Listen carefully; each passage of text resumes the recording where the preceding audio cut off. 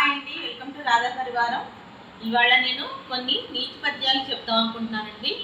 మీకు నచ్చితే కనుక లైక్ చేయండి, షేర్ చేయండి, సబ్స్క్రైబ్ చేసి కామెంట్ చేయండి. మీకు తెలిసిన అంటే మీరు ఈ పద్యాలు చిన్నప్పుడు విని ఉంటారు, మీరు విన్నారా? ఏ పద్యం ఎక్కువ మీకు ఇష్టమైంది, ఏ శతకంలోని ఏ పద్యం మీకు ఇష్టమైందో కామెంట్ చేయండి. మీకు ఏదైనా పద్యం కావాలంటే అది అడగండి, కామెంట్లో పెట్టండి. ఆ పద్యాన్ని నేను మళ్ళీ మీకు ఎక్స్ప్లెయిన్ చేసి చెప్పడానికి నేను ప్రయత్నిస్తాను. ఓకేనా? నాకు తెలిసింది తప్పకుండా చెప్తాను. ఓకేనా? లైక్ చేసి షేర్ చేసి సబ్స్క్రైబ్ చేయండి, గంట కొట్టండి. ఓకేనా? నేను స్టార్ట్ చేద్దాం అనుకుంటాను. పద్యం చెప్తాను, 4-5 పద్యాలు చెప్తాను, సరదాగా చెప్పుకుందాం. మీకు నచ్చితే కనుక షేర్ చేయండి. ఎప్పటికయ్యేది ప్రస్తుతం అప్పటికా మాటలాడి అన్యుల మనములొప్పింపక తానవ్వక తప్పించుకు తిరుగువాడు ధన్యుడు సుమతి అనేది ఉందండి సుమతి శబ్దంలో. ఎప్పటికయ్యేది ప్రస్తుతం అప్పటికా మాటలాడి, ఎప్పటికప్పుడు ఏం చేయాలంటే ఏదైనా చెప్పినప్పుడు అది ఎంతవరకు మాట్లాడాలో అంతవరకే మాట్లాడాలి. దాన్ని ల్యాగ్ చేసి కంటిన్యూ చేసి ఆ గొడవను పెంచి అది చేయకూడదు. దానికి సంబంధించిన మాటలు మాత్రమే అప్పటికే ఏం మాట్లాడాలనుకుంటున్నావు అదే మాట్లాడాలి. ముందు నుంచి తవ్వి తర్వాత జరిగింది జరగబోయేది అన్నీ వెలికితీసి ఎక్కువగా మనం ఒక మాటని ఎక్కువ పొడిగించకుండా అప్పటికప్పుడు చక్కగా మాట్లాడతాం. ఎప్పటికయ్యేది ప్రస్తుతం అప్పటిగా మాట్లాడి అన్యుల మనములు ఎదుటివారి మనసు బాధ పెట్టకుండా అన్యుల మనములు నొప్పించక, అంటే ఏదైతే చెప్తున్నారో వాళ్ళ యొక్క మాటల్ని వినేటప్పుడు వాళ్ళ మనసులు నొప్పించక, తానవ్వక అంటే మీరు కూడా మనసు నొచ్చుకోక తప్పించుకు తిరిగివాడు ధన్యుడు సుమతి. అంటే ఎదుటివాళ్ళ మనసు బాధ పెట్టకుండా మీరు బాధపడకుండా చక్కగా మనం ఎంతవరకు చెప్పాలో అంతవరకు చెప్పి, లేకపోతే విని దాన్ని అంటే పోయే అలా అనుకుని మనం మన పని మనం చూసుకోవాలి అనేది పద్యం యొక్క తాత్పర్యం అండి. ఎప్పటికయ్యేది అంటే ఎప్పటికీ ఏం మాట్లాడాలో అదే మాట్లాడాలి. అతి సర్వత్రా వచ్చేది.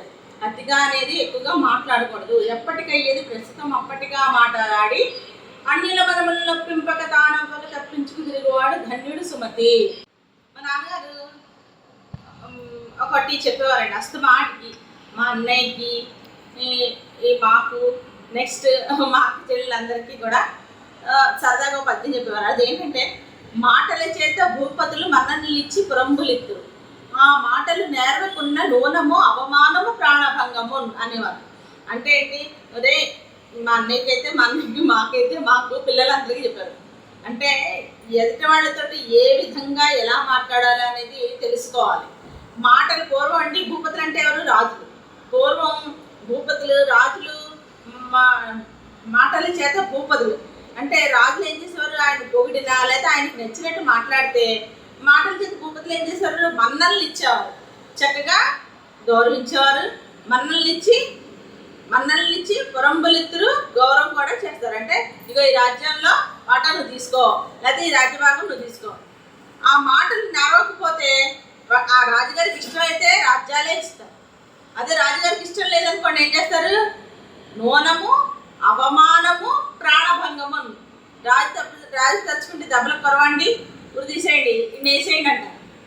అర్థమైందండి? అలాగే చెప్పేవారు మా నాన్నగారు. ఎవరితోటి ఎలా మాట్లాడాలో మాటల చేత భూపతులు మన్ననలు ఇచ్చి పురంబులిత్తురు, ఆ మాటలు నేర్వకున్న నూనము అవమానం ప్రాణభంగము అని చెప్పేసి మా నాన్నగారు కూడా దీనికి సంబంధించి చెప్పేవారండి. ఇంకో పద్యం చెప్తాను చూడండి. అల్పుడప్పుడు పలుకు ఆడంబరంబుగాను సజ్జనుండు పలుకు చల్లగాను కంచు మ్రోగునట్లు కనకమ్ము మ్రోగున విశ్వదాభిరామ వినురవేమ. అంటే ఏంటండి? అల్పుడు ఏమీ తెలియనివాడు బాగా అర్చేస్తూ ఉంటాడు. వాడికి ఏం తెలియదు, ఆఫ్నాలెడ్జ్ అయినా కానీ అన్నీ తెలిసినట్లు నాకే తెలిసిన అంతటి వాడు ఎవడు లేడు అన్నట్టుగా మాట్లాడుతుంటాడు. అన్నీ ఉన్న ఆకు అణిగి మణిగి ఉంటుంది, ఏమీ లేని ఆకు ఎగిరెగిరి పడుతుందంట. చూడండి, విస్తరాకు నిండా అన్ని పదార్థాలు వేసాం అనుకోండి, ఆ ఆకు చక్కగా అలాగే ఉంటుంది. కానీ ఏ పదార్థము లేని ఆకు ఎగిరెగిరి పడుతుంది. అందులో ఏ పదార్థం లేదు కదండి, మైండ్ అంతా ఎంటీ పడుతుంది. కాబట్టి వాడు ఏం చేస్తాడంటే అన్నీ నాకే తెలుసు అన్నట్టు ఆడ గొప్పలకు పోయి గొప్పలుగా పోతే చెప్పలేదు ఎదురవుతుంది వాడు చాలా గొప్పలు చెప్తున్నాడు. అన్నీ అంటే ఏంటి అల్పుడు అనమాట వాడు, కాబట్టి అన్నీ అలాగే చెప్తాడు. మనం విన్నట్టు ఊరుకోవాలి. అల్పుడప్పుడు పలుకు ఆడంబరంబుగాను, సజ్జనుండు పలుకు చల్లగాను. అసలు సజ్జనుడు అన్నీ తెలిసిన వాడు మాట్లాడాల్సిన అవసరం లేదండి. ఎందుకంటే ఎప్పుడు ఎక్కడ ఎలా మాట్లాడాడో వాడు అలాగే మాట్లాడతాడు. సజ్జనుడుగా మసులుకుంటాడు. ఏదైనా కార్యం చేయాలంటే ధీరుడిగా చేస్తాడు. ఇవన్నీ తెలిసినవాడు చక్కగా వాడి పని కార్యవాదిగా అన్నీ చేసుకుని వస్తాడు. అల్పుడులాగా వాడు ఉండడు. అల్పుడప్పుడు పలుకు ఆడంబరముగాను, సజ్జనుడు పలుకు చల్లగాను అని ఎంతో సాఫ్ట్గా మాట్లాడుతూ ఉంటాడు. వాడు ఎన్ని తెలిసినా కానీ చక్కగా నెమ్మదిగా మాట్లాడుతుంటాడు. అలాగే కంచు బ్రోగునట్లు కనుక పూర్వం కంచు ఉండేదండి. ఇలా మామూలుగా కింద పడినా చాలా పెద్ద సౌండ్ వస్తుంది. చిన్న సౌండ్ చేసినది పెద్ద సౌండ్ వస్తుంది. అది కంచు కాబట్టి. కనకం అంటే బంగారం ఎంత కింద పడినా కానీ దానికి సౌండ్ అనేది ఉండదు. ఎందుకంటే అది బంగారం కాబట్టి బంగారానికి సౌండ్ అనేది ఉండదు, అంటే ధ్వని అనేది ఉండదు. కనకం కంచు ప్రోగినట్లు కంచు చేసే శబ్దం కనకం చేయదండి. కంచు వేరు, ఆ శబ్దం వేరు. అది రీసౌండ్ వస్తూ ఉంటుంది. దాన్ని ఒకసారి కొట్టినా రీసౌండ్ వస్తుంటుంది. అదే కనకానికి ఆ సౌండ్ అనేది ఉండదు. అంటే కంచు కంటే కనకం విలువైంది కదండి, అయినా కానీ దాని సౌండ్ అనేది శబ్దం అనేది ఉండదు అనమాట. దీన్ని బట్టి ఏమర్థమైంది, ఎప్పుడూ కూడా అన్నీ తెలిసినవాడు చక్కగా ఉంటాడు. ఏమీ తెలియని వాడు అన్నీ నాకే తెలుసని విర్రవీగుతూ ఉంటాడు. అది మనం తెలుసుకోగలగాలి. అల్పుడప్పుడు పలుకు ఆడంబరపుగాను, సజ్జనుండు పలుకు చల్లగాను, కంచు ప్రోగునట్లు కనకంబు ప్రోగున విశ్వదాభిరామ వినురవేమా. ఓకేనా, అర్థమయ్యాయా ఈ పద్యాలన్నీ? ఇసుమున తైలంబు తీయవచ్చు, దవిలి మృగకృష్ణలో నీరు త్రాగవచ్చు, తిరిగి కుందేటి కొమ్ము సాధించవచ్చు, చేరి మూర్ఖుల మనస్సు రంజింపరాదు. దీని అర్థం ఏంటంటే తెలుసండి, తివిరి ఇసుమున అంటే ఇసుక నుంచి నూనెనైనా, తైలం అంటే నూనె అండి, ఇసుక నుంచి నూనెనైనా పిండి తీయచ్చు. అలాగే వెతికి మృగతృష్ణలో నీరు త్రాగవచ్చు, అంటే ఎండమావుల్లో నీళ్ళైనా దొరుకుతాయి. అలాగే తిరిగి కుందేటు కొమ్ము సాధించవచ్చు. తిరిగి కుందేటికి అసలు సాధారణంగా కొమ్ములు ఉండవు, అయినా కానీ అది సాధించవచ్చు. అంటే ఎక్కడో అక్కడ ఏదో దొరుకుతుంది కుందేటి కొమ్మున్న కుందేలు ఎక్కడైనా దొరకవచ్చు. కానీ చేరి మూర్ఖుల మనస్సు రంజింపరాదు. మూర్ఖుడు అనే వాటికి ఎంత చెప్పినా కానీ పెడతాడు చెప్పించి వాడు మాత్రం అర్థం చేసుకోవడం. అలాంటి వాళ్ళని చేరి వాడిని ఏదో ఉద్ధరిద్దామని అనుకోవడం మన టైం వేస్ట్, వాడి టైం వేస్ట్. వాడు వింట కదా మన పొర కూడా తింటాడు అనమాట. దీన్ని బట్టి ఏంటంటే మూర్ఖుల్ని బాగు చేద్దాం అనుకోవడం కూడా మనకి అనవసరమైనది పని అని చెప్పేసి ఈ పద్యంలో ఉంది.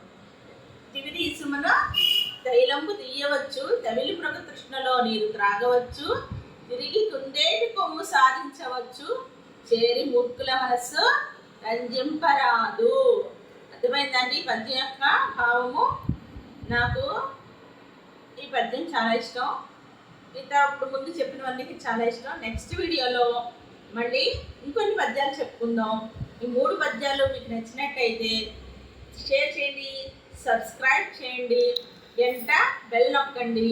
ఓకేనా, కామెంట్ చేయండి మీకు ఏ పద్యం నచ్చింది, ఇందులో నేను చెప్పిన వాటిల్లో ఏ పద్యం నచ్చింది, భావం మీకు అర్థమైందా లేదా. నెక్స్ట్ మీకు నచ్చిన పద్యాల్లో ఏదైనా మీకు తెలియంది, దాని భావం అర్థం అవ్వంది అన్న ఉంటే నన్ను అడిగితే కనుక నేను మీకు అది ఎక్స్ప్లెయిన్ చేయడానికి నేను చూస్తాను. ఓకేనా, thanks for watching. Please subscribe Radha